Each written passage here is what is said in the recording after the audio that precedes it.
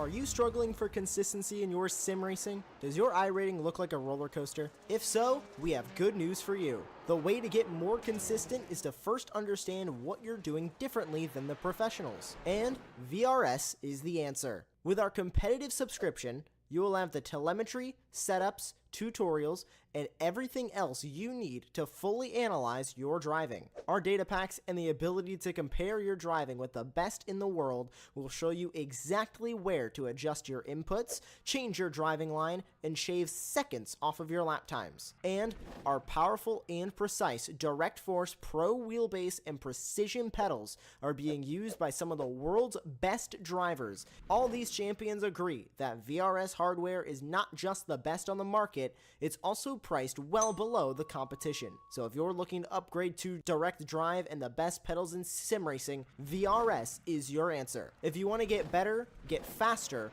and make it happen sooner rather than later, you owe it to yourself to find out why so many people are switching to VRS. You'll be so glad that you did. Visit www.virtualracingschool.com and learn why the best use VRS.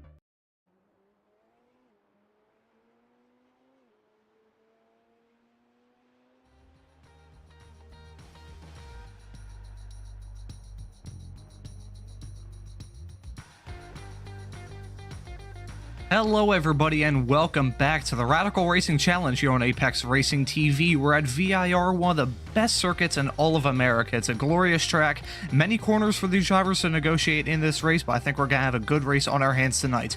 I'm your host Ron Mullins, joined by JR Gregory, who is suffering from COVID right now, so you might not hear too much of him. I'm a little bit upset that he's joining us tonight because I had a joke lined up talking about how he has a side gig as a free-range rancher for sacrificial animals, but he has joined us here tonight, and JR will be giving us some color commentary, if I can spit my words out. He will be with us tonight, along with our producer Josh Wilkie, working all the cameras in the virtual production hauler. Now we have a fantastic race on our hands. We mentioned this towards the end of the broadcast last week, but I think it still rings true even though a week has passed. This track is a nice, unique blend of many things that we've seen from circuits so far this season. It's definitely a very old school track, narrow, with some grass runoff that drops off a cliff, it feels like, whenever you make a mistake at this track. So I think we might see a lot of drivers making very costly mistakes. We have two splits here tonight with 13 drivers that are going to try and contend with this circuit, which is a fantastic drive and really a symbol of American auto racing. So VIR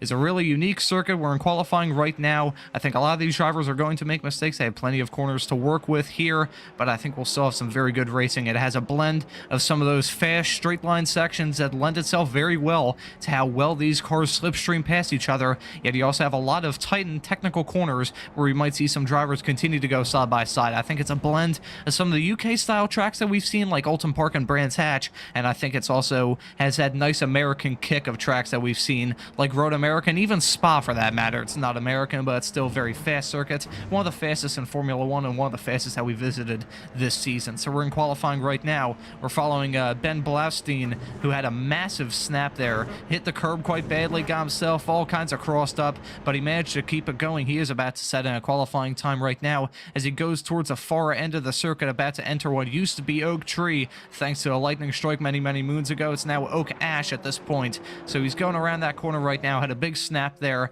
and part of the reason why he had that big snap and ran wide on the curb was because of the understeer, which is a very big issue with this Radical, and it's something that's played a big role in battles, qualifying laps, and everything in between so far this season. So that could be something that plays a big role with this track, which is very tight and technical, but does play very well with the style circuit. So JR, I'll like to bring you in for some brief thoughts. I don't want you to talk too much. I don't want you to blow out your vocal box, but I just wanted to get your brief thoughts on how this race is going to be tonight.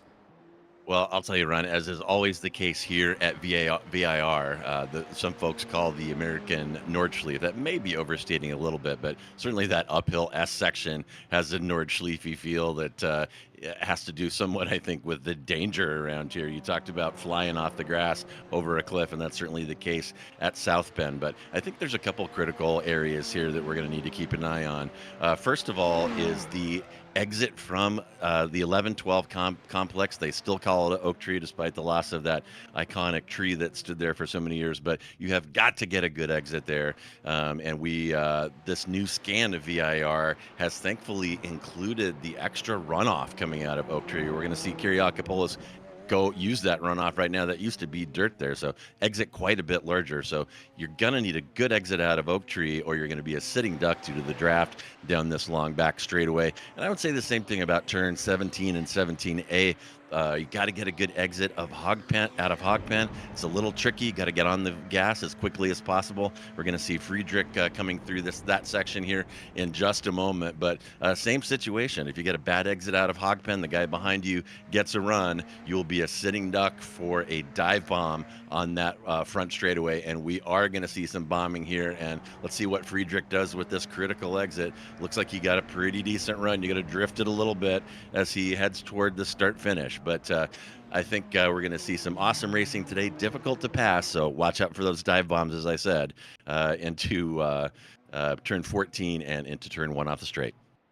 Andreas Friedrich, it looked like getting some start practice there on that very tricky start finish straightaway. It's on a curve, so these drivers have a little bit different to contend with. It's very similar to what we saw a few weeks ago at Brands Hatch. So you got that curved straightaway that might play a big role in this race. Not the longest straight line blast before they go into that very tricky turn 1. So that will be something that we have to keep our eyes on at the start of this race. So qualifying is wrapping up here soon. I believe we have just barely any time left in this qualifying session. But before we get our starting grid for this race, as these drivers start to finish up their qualifying laps, as we were following Dennis Kyriakopoulos there as he went through the very tight and twisty section of turns 7, 8, 9, and 10. 10 being South Bend, which is going to be a very tricky corner for these drivers. The road drops away from you, and we might see some drivers possibly sneak a wheel down the inside there, or we might see an accident there. We'll just have to wait and see. So the drivers are lining up on the grid now.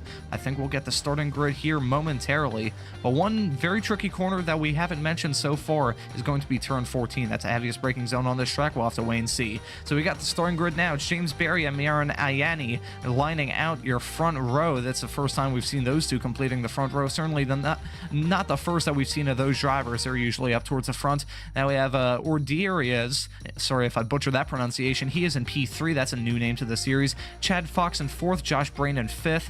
Kyriakopoulos in P6. Alves in P7. Andreas Friedrich in a disappointing P8. Then we have Bloston in P9. Ward in P10. Kador in P11. Yankis in P number 12. And then the last place starter that we have here, who did not set a qualifying time, is Juan Perez. So we have a 13-car grid here, a split here. So we have some very highbrow action here, highbrow talent. We're going to get the lights here soon in the not-too-distant future. And once these drivers get the go-ahead to start this race, it's going to be a very interesting run going into turn 1. It looks like that's a very good start from both our front row sitters. Certainly a good start there for Ayani. It looked like he was going to try and possibly battle there with Barry going into 1, but he's now dropped back a little bit. Has actually fallen down to P4, so that's not the best start in the world there for Ayani. Certainly not what he had in mind, but meanwhile, we've got a spin farther behind. We've got a driver spinning off already on the exit of turn 2, so he drops down the order. We have another driver off. That's Friedrich, I believe,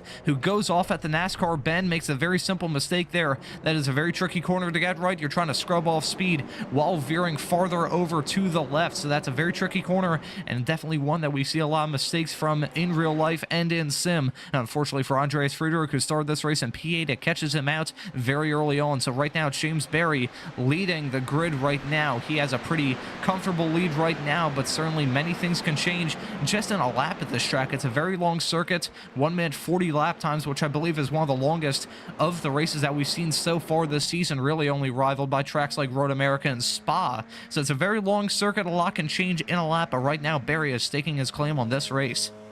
Yeah, Barry driving away with this one. And Barry this past week, due to kind of difficult performance by Friedrich at Brands Hatch, actually passed Friedrich. He is P1 on the season, and the last thing that Friedrich needed here this afternoon was another off in the early going. I'm really surprised by that mistake by Friedrich, and there's some more contact heading into Hogpin, and even more. Oh my goodness, I'll have to go back and sort this mess out.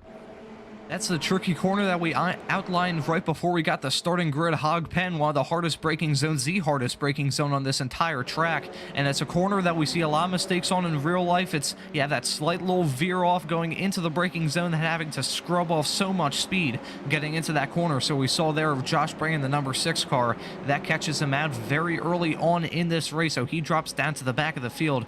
Right now, we've only completed 1 lap of 14 here in this race. We're 2 minutes in. Right now, Barry is holding a commanding lead right now, a little under a second between him and Ordiaz in P2 right now, so a little bit of a spread out there. Meanwhile, Ianni has gotten back past Fox, so he's moved into the last podium spots right now, about a second behind Ordez, so about 2 seconds back of Barry at the front right now. And then we have Fox dropping farther back behind. You can see the gap between them on the left hand side of your screen with the SDK graphics that we use here on these Apex Racing TV broadcasts. You can see the gap between them is pretty big, but then right behind him we have Ballstein in P5, not very far behind. Now we have Kyriakopoulos right there with him too, so we've got a little bit of train action forming right here. We have only 4 drivers. You can just see the pack there. You can see those 3. You can cover all of them with a blanket, and then you have Fox starting to pull away, but these drivers are still incredibly close, and I think we might see some possible shuffling here before they go into Hog Pen, this massive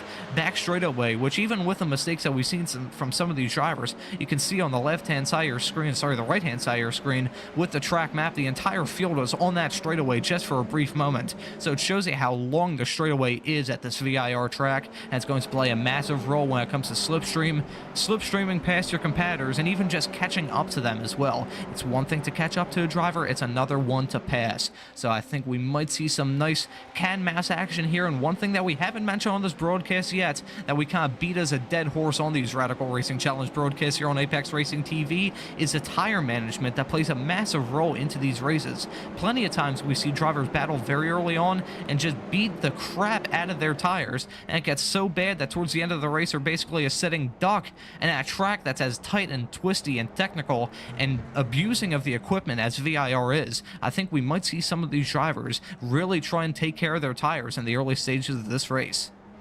Yeah, and here we're riding along with Yanakis here. We're heading out of the NASCAR complex up through the Snake, and this is absolutely an incredible thrill in these radicals. When we get to the top of the hill here, Sunset Bend is the last left-hander, and as Ron alluded to earlier, we're going to see it right here, this little left, maybe a slight lift, grab 5th gear, and you got to fly around that corner, and if you make a slight mistake, dip a tire in the grass, you're going for a ride, and you'll end up where these cars are now. It is a steep downhill section like driving off a cliff, and I've seen many cars slide through the grass and come out right here. So you got to take a big risk there on every lap, and it's absolutely thrilling to do so in these radicals.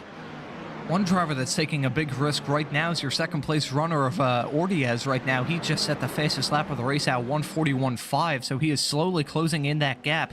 It was about 0.7 of a second towards the start of this race. It's now dropped down to 0.3 of a second. You can see it on screen now. The gap between these two drivers is closing in quite a lot, and you can see Barry trying to run some interesting lines going down the start-finish straightaway to try and break that slipstream effect as they go down the start-finish straightaway, but looks like we might see a challenge for the lead here. We do, as the number 2 car there tries to sneak a wheel around the outside. That's a very tricky corner to try and pull a move off there. But again, Ordiaz sets another fastest lap. He was actually about 0.3 of a second quicker, a little less than 0.3 of a second quicker there than Barry up ahead of him. But still, he is setting in some very good laps right now. So I think Ordiaz is feeling really racy at this stage. He's gonna have to play his cards right, because we've seen plenty of times in this series, regardless of what track we're running on, that we can see drivers just have so much pace, but they get so impatient and they go for a move that's not the smartest in the world, and then they just absolutely wreck their race. So I'm sure Ortiz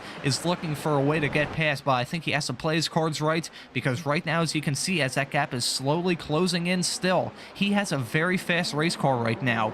Barry has been a great contender all throughout this season, has been very fast, but right now it looks like he has a challenger on his hands. They're still very close as they go down the back straightaway. And now we have the action farther behind. Yanakis has managed to get past Dennis Kyriakopoulos there. We'll get a replay to see what happened here. Going into NASCAR Bend, he possibly pulls a dummy here, goes for the switchback perhaps as they go through the first few corners of this course. Going into turn 4, he gets a move done. Just a very textbook move there, being the last late breaker there between him and Kyriakopoulos there. Going into turn 4, he gets the move done. Some very textbook stuff there. So he manages to break into that position. So very good races from some of these drivers. Not a whole lot of drivers falling back besides the ones that have made mistakes. So a lot of drivers gaining spots right now.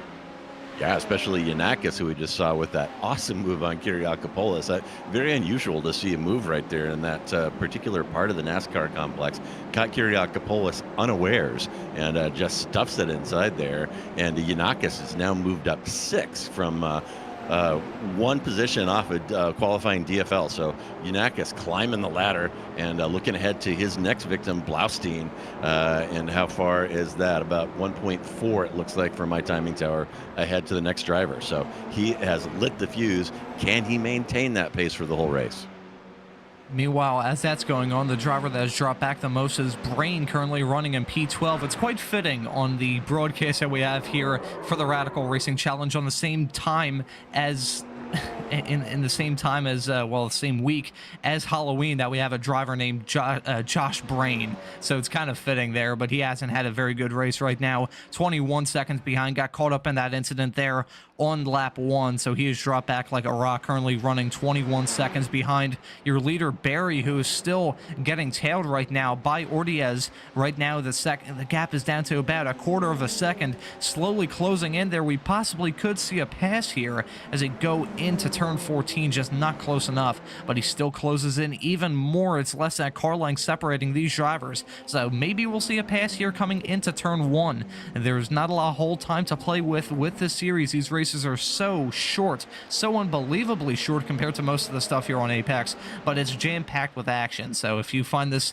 exciting, you know what to do. If you've used YouTube for any longer than 5 seconds, certainly Ortiz knows what he's doing right now as he's looking for a move around the outside going into turn 1, but doesn't have enough speed to get it done. But we'll see if he goes for a move going into NASCAR Bend. I was thinking maybe he would possibly try and sneak it down the inside at the second part of that double left-hander to kick off this lap. Sorry, double right-hander. You can tell I'm dyslexic from my confusion between left and right at this point in the broadcast, but still very close stuff, very tense stuff here. The gap is still less than 3.5 tenths of a second as these drivers negotiate this course.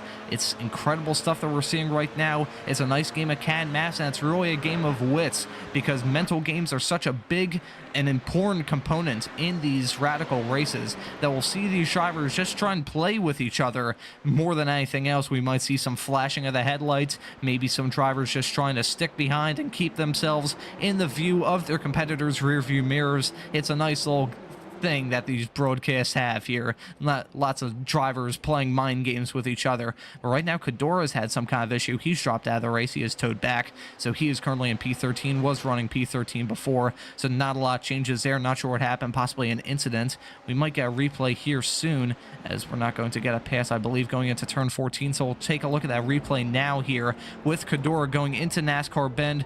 Very tricky corner to make a mistake on. We've seen it so far. I think, if I'm not mistaken, we heard some tire squealing as we were following Josh Brain last lap, and yeah, just a simple spin there coming through turn 4, keeps it rolling, comes through turn 5, and I have a feeling, very bad feeling, that those overheated tires on those Radicals bit him badly coming through this section, possibly. Ooh, he just running a little bit offline, I think. Ooh, maybe it could be a crash, or what it probably is just a driver deciding he's had enough of the race. He's just decided, you know what, I'm going to go home and have a beer. So I can't really blame him for that. So right now he is out of the race, marking the only retirement of this race so far. So we're halfway into this race, and not a whole lot of incidents. Really, our attention has been drawn to this cat and mouse game between Barry and Ordiez. It's still very close right now. And Ordier is no slouch here on the season. I believe he's on our top 10 list. So he's been performing well in these 8 weeks in this Radical, and he may just kind of be biding his time. I'll tell you one thing, though. Barry, with a simple inside move into turn 1, is closing off any opportunity there. So if Ordier is going to get by Barry at some point, it's not going to be in turn 1. He's going to have to think of something else. Yeah, turn 1 is not really the best section of the circuit to make a move. Really, it's not even the nature of the corner itself, because it is a fairly hard braking zone. It's just the exit mainly, where you can't really continue to go side by side, even though it's shortly followed by another switch to the left, so it could promote some battling. But really, the biggest deterrent for making a move there is just the runoff area. As I said, it drops off like a cliff, really, whenever you go into the grass. Certainly anyone that's made a mistake in VIR here in iRacing knows the pain of trying to get back on track, especially in this section towards the end of the lap. If you go into that vast, deep grass runoff area, you feel like you're getting lost. You feel like you're going to end up somewhere in Tibet. You're so far off the track. So right now, it looks like even though there's a really heavy risk of possibly hitting the wall with how steep the runoff drops here in turn 1, it looked like Ordiez was going to look for a move going into turn 1, but just wasn't close enough. But I think I was thinking that it was going to go for a move going into NASCAR Bend, because that is a very prime overtaking opportunity. But right now, as you said, Ordiez is biding his time right now. But as we've been following this, there's been some incidents farther behind the field. We're going to get a replay now. This is a replay of Dennis Kyriakopoulos getting a move done coming into turn 14, I believe. The hog pen corner, one of the prime overtaking opportunities on the circuit, goes down the straightaway, pulls out well before the braking zone. They're side by side going into the brakes there, and Kyriakopoulos, they nearly made contact coming into turn 14. There's some close stuff there. Those drivers were battling early on, and they continue to battle right now. Kyriakopoulos looked for the move coming into turn 14, but it wasn't enough. He might try and look for a move, possibly going into turn 1. No, he does not. But we're going to see, actually, he did go for a move coming into turn 1. We're looking at that now. Kyriakopoulos looks for the outside and gets a move done under braking, pulls out ahead before they get to the braking zone, but it's not over yet, as Yankas has a great run, goes on the brakes incredibly deep, and manages to get the move done on Kyriakopoulos there coming into turn 1. So that was some great battling that we had there. Meanwhile, we switch to the battle once again between Kyriakopoulos and Yannick. They're continuing to battle here, still very close, but our attention is also divided between this battle that we have farther down in the order between P6 and P7, and the battle for the final podium positions, well, all the podium positions for that matter.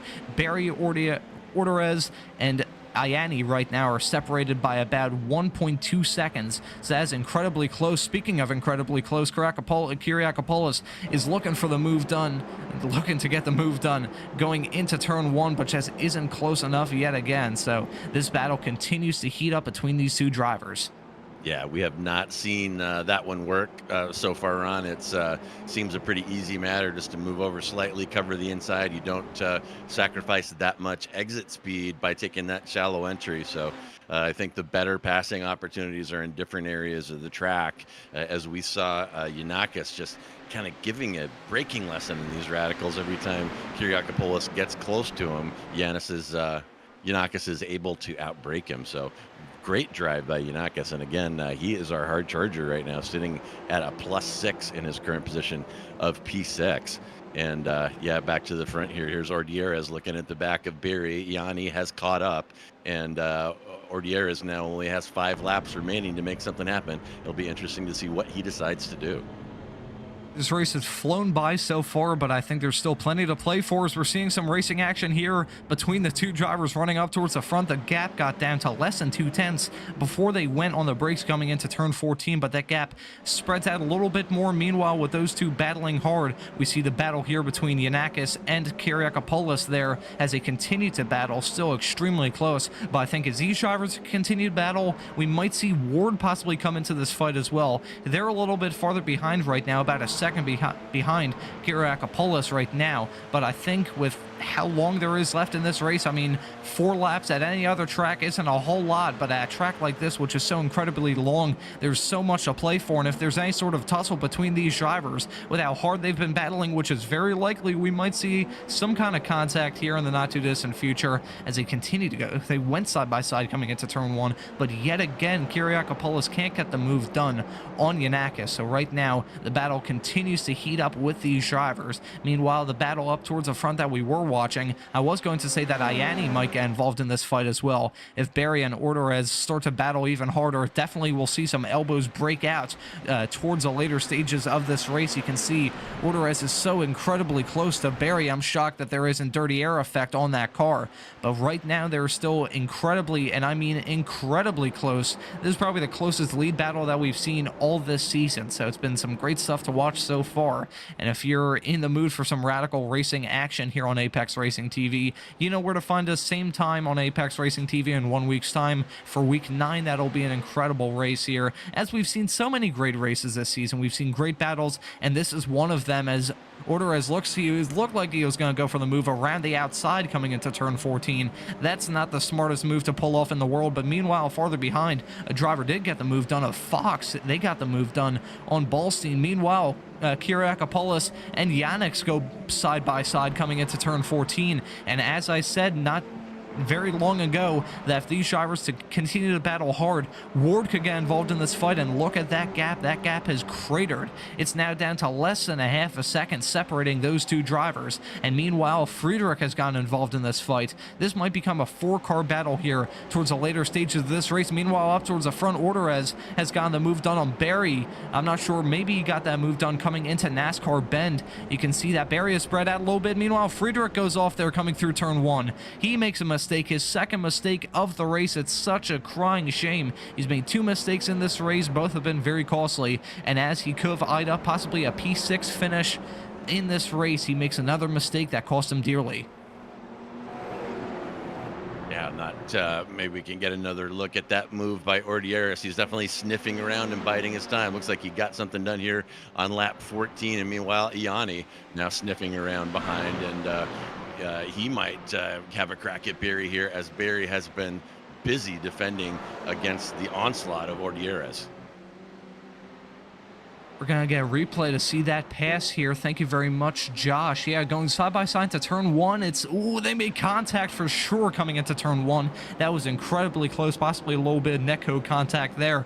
But they went side by side coming into turn 1. Orderez just got the switchback done as they went through the turn 1 and 2 complex, which is very tricky. They still go side by side coming into turn 3, but Orderez gets the move done coming through turn 3 and is firmly in the lead of this race. But I don't think this is over. I'm sure Barry is going to find any way in the book to get past, and he has. He's managed to get past again, so we might see some more battling continue. Meanwhile, Ianni has closed up quite a lot. You can see him tailing that pack. I don't think he's going to get involved in this fight, but if these two wreck, with how hard they've been battling, is definitely not out of the realm of possibility. Barry and Orderez go side by side coming through turn 1. They are still side by side, just briefly coming through turn 1, possibly going into turn 2. So they are still incredibly close, still close, as they go into turn 3, NASCAR Bend there. These drivers are battling as hard as they can. Not a whole lot of time to play, not a whole lot of time left to play for in this race. We're 12 laps into this 14-lap affair here with the Radical Racing Challenge, and these drivers are trying to battle everything they can for the lead. I'm sure one driver that's hoping this ends in tears for any of them is Chad Fox right now, currently running in P4. He is at the, you can see him at the far end of our shot there, coming through the S's there. Fox is quite far behind. He can't get involved in this fight, but he could possibly break into the podium spot if any of these drivers fall out. So I'm sure he's quietly hoping for that and hoping to see some red mist up ahead. So right now we're seeing as quickly as Orderez got the pass done on Barry, now it looks like Ianni is going to try and eye up a pass on Orderez going into turn 14. You can see Barry, the straight line advantage there. Some nice shuffling there as they go down the back straightaway and go into turn 14. He's not going to be close enough to get the move done, so Ianni stays in P3 for now. But I think with the topsy-turvy nature of this race, anything could happen between now and the checkered flag in about 2 laps in a moment's time. We might see Ianni even grab this win. This has been some great stuff to watch so far. Yeah, Iani pushing hard on Ordieras. Ordieras got a great look at Iani's car there as they entered the roller coaster side by side, and such a difficult spot. The track helps you initially with that big uphill that compresses the suspension, gives you extra grip on braking, but then it falls away just as quickly. So you're going to have to release brake pressure as you come over that crest. Very difficult. One of the most difficult technical spots here at VIR, and we've seen the high expertise of these Radical drivers. Very few incidents there, and some good people showing their nose and dicing on that entry. Fantastic stuff today. I think difficult, technical, and definitely high speed are the words that are definitely deep in James Berry's heart right now, because those are the corners where you can hold off the challenge from Ordieras. It's not even because he's lapping very fast. He's been consistently slower than Ordieras right behind, but with the way these cars are and how important that front downforce is, the dirty air plays a massive role in these battles. But even though Ordieras has stayed close in this battle right now, really it's a run through Oak Tree and the exit that's the most important, and he didn't get the best run there. He closed up a lot as they went into the corner, but on exit that was not the best run for Ordieras there, and now he's going to be at risk of losing a position here to Iani. They go side by side coming into turn 14. Iani is looking for the move at first down the inside, but then around the outside. Maybe he'll try and go for some kind of move here. No, he does not, so he backs out of it for now. But we're going to take the white flag here in the not too distant future. Meanwhile, there's been some shuffles farther behind between Yanakis and Kyriakopoulos there. They continue to shuffle. That's a battle that we've kept our eyes on. Meanwhile, here between Fox and Blaustein, these drivers have been battling hard throughout this race. They've been shuffling positions as well,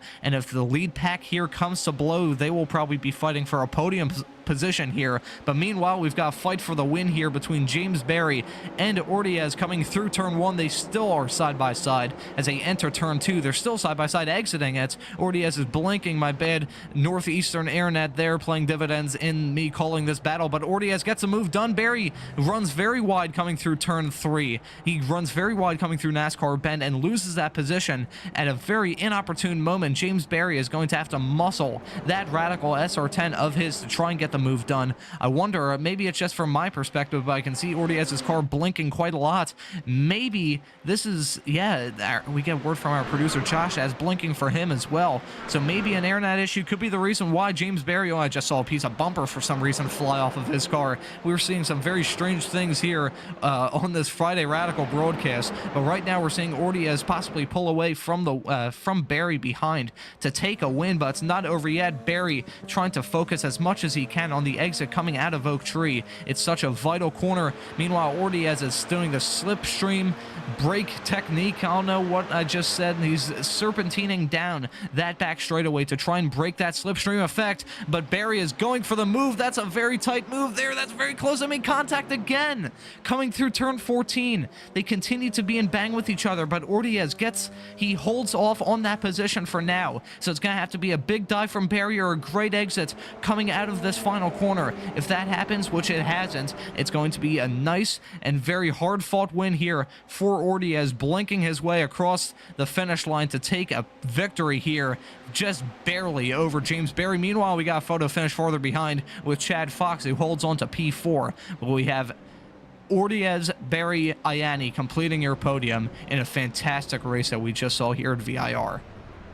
Yeah, that was fantastic. Oh my goodness. I think what we saw there, as we see week in and week out, is that the tires on these cars won't last driving 100%. And Berry had his hands full with a hard charging Ordieras throughout that race. Never really had a breather. And I think you could see his tires falling off there a little bit at the end. And Berry actually fortunate to get away from Iani there after he sort of washed out of the roller coaster. Now we're going to get a replay here to see this battle that we saw all throughout this race between Christopher Yanakis and Dennis Kyriakopoulos here. Coming into turn 10, that's a dive and a half there, and Kyriakopoulos goes off. There's definitely contact involved in that fight. That's not really a corner where you see many moves at, so I think Yanakis goes for a bit of a dive there, and fortunately for Kyriakopoulos, it does not really work out well for him. He not only loses that spot, but also loses another spot to Ward, so that was a very dramatic and just cataclysmic end to his race. We're getting another replay here to see Yanakis go for that dive here. We're riding on board with him as they go through the S's, going into the very tight kink-esque turn 10. Oh yeah, that's That's borderline. I think there might have been a little netcode involved in that, which is something that I've seen quite a lot of, even in my time doing the officiating for some series here in iRacing. The netcode is very strange so far this season, so maybe that'll be something that the iRacing devs look into. But speaking of iRacing devs and speaking some stuff that's been talked about by iRacing, we'll touch on that briefly when we wrap up this broadcast. But right now I believe have the finishing order from tonight's race. Only 13 drivers competing tonight of this top split here with the Radical Racing Challenge, which is the official Radical Racing Challenge series on iRacing. So if you want to be a part of Apex Racing TV and drive these very fun Radical SR10s, you know where to find us. We always follow the top split here, and it's always some really good racing for us as commentators, I'm sure for the drivers as well. So we're looking at the finishing order from tonight's race, and it's Ortiz grabbing that win only by about a tenth of a second over James Berry. That was incredibly close at the end. James Berry finishes in P2, but he gets my respect for a fantastic move there on that final lap heading into turn 14. He finishes in P2. Then we have Ayani in P3, Chad Fox in P4, and he was involved in a fantastic fight with Balstein. They end up 4th and 5th in this race, still incredibly close with that photo finish as they cross the line. Then we have Yanakis, who was involved in that fight with Karakopoulos. Yanakis finishes in P6. That's Martina Ward, who we haven't seen too much of in this series, at least on these broadcasts. She finishes in P7. Then we have Dennis Karakopoulos, who got shoved off late in this race. He finishes in 8th. Andres Friedrich, who had a series of mistakes in this race, he finishes in a very lonely 9th. Then we have Luis Alves in P10, rounding out your top 10. Then we have Juan Perez, who started this race in last after not setting a qualifying time. He finishes in P11. Then Josh Brain, who had multiple incidents, definitely one very early on that damaged his race car. He finishes in no man's land down in 12th. And then we have Samir Kadora, who got involved in an incident, and he alt F4'd out of this race, so he finishes 9 laps down in 13th. That was an absolutely fantastic race, and I'll check the hallway here to see if we have anyone in here for some interviews, just to talk to some of these drivers to see what in the world they are thinking after a dramatic race like that. We do, and it's James Berry. We'll drag him into the commentary booth here by his collar. James Berry, as we catch you using a vintage typewriter from the sounds of it, welcome here to Apex. And I would usually ask you about that race, but I just need to ask about that last lap attempt at pass, because that was ballsy from the looks of it. Yeah, I don't know. I just didn't want to be on the other side, because I thought if anything was going to go wrong, it was probably going to be the guy on the right who was going to lose out. I don't know, but yeah, I had to send it, didn't I? After the whole race defending, oh man, I just had to send it. Yeah,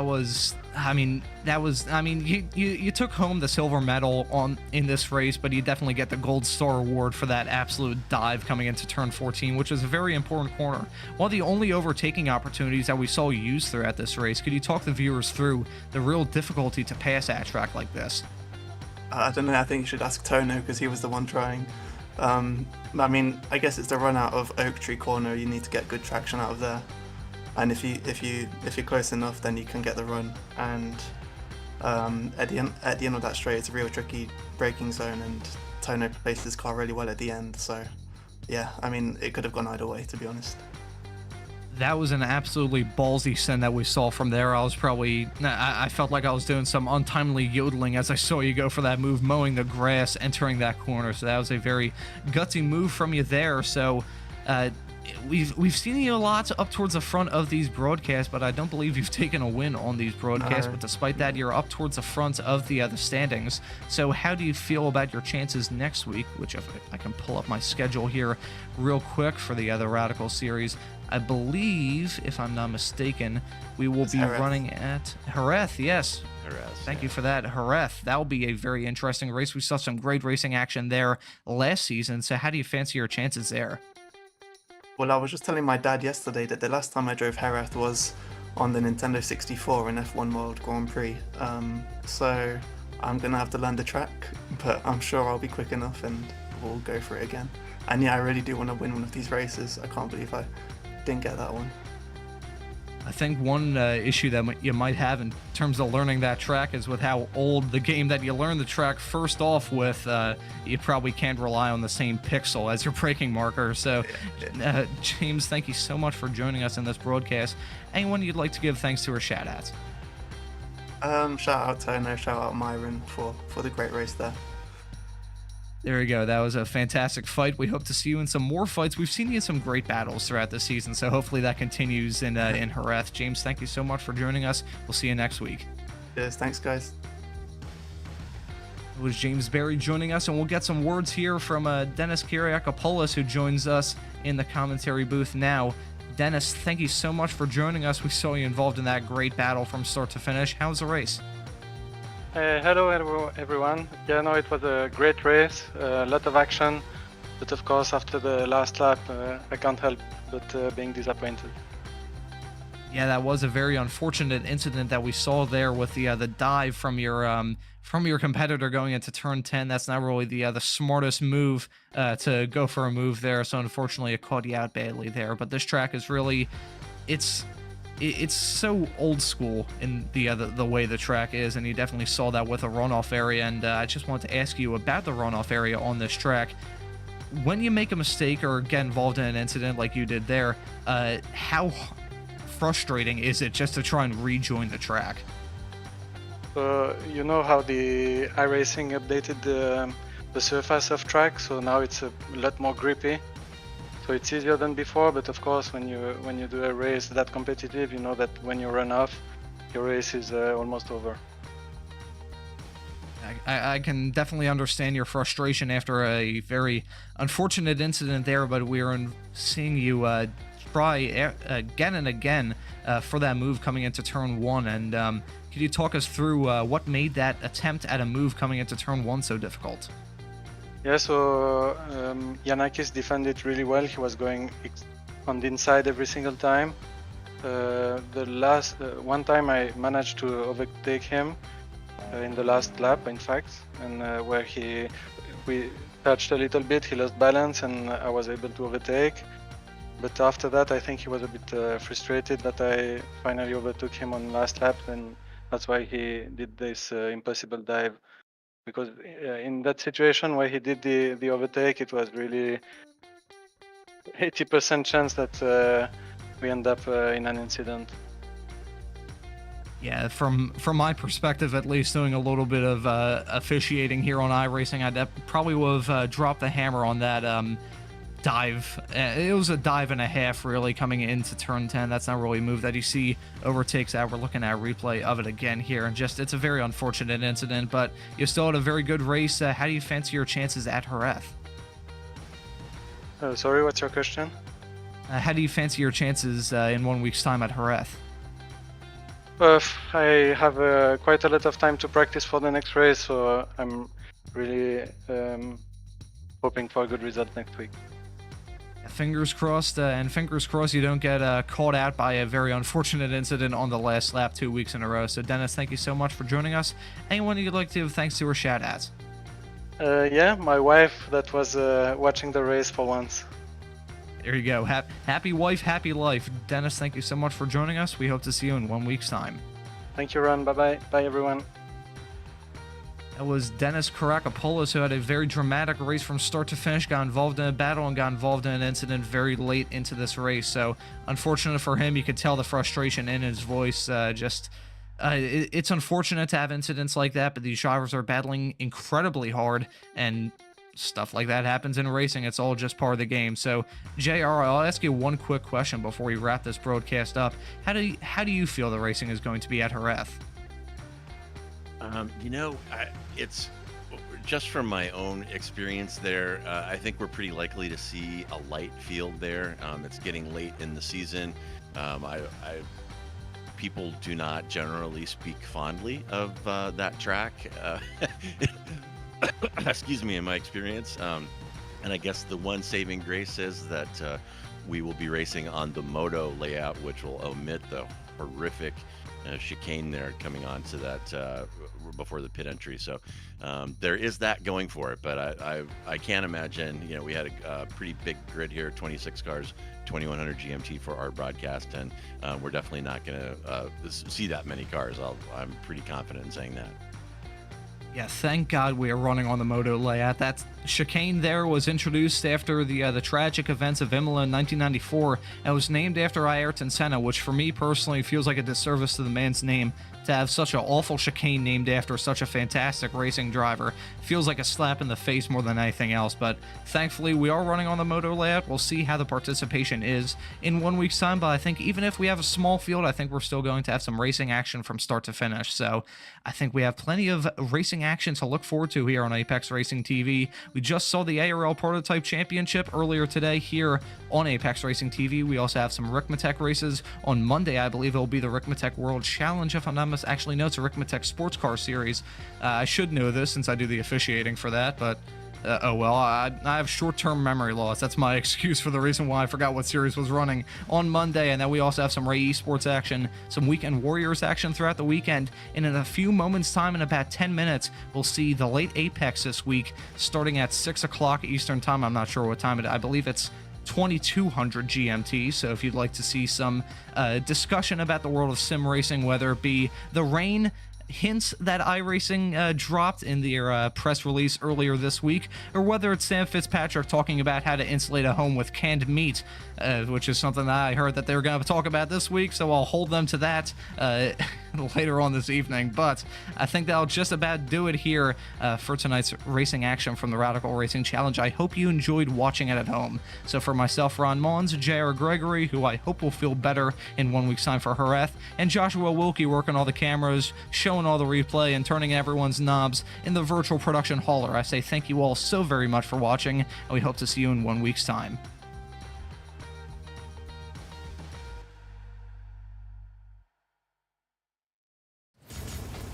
Are you struggling for consistency in your sim racing? Does your iRating look like a roller coaster? If so, we have good news for you. The way to get more consistent is to first understand what you're doing differently than the professionals. And VRS is the answer. With our competitive subscription, you will have the telemetry, setups, tutorials, and everything else you need to fully analyze your driving. Our data packs and the ability to compare your driving with the best in the world will show you exactly where to adjust your inputs, change your driving line, and shave seconds off of your lap times. And our powerful and precise Direct Force Pro wheelbase and precision pedals are being used by some of the world's best drivers. All these champions agree that VRS hardware is not just the best on the market, it's also priced well below the competition. So if you're looking to upgrade to direct drive and the best pedals in sim racing, VRS is your answer. If you want to get better, get faster,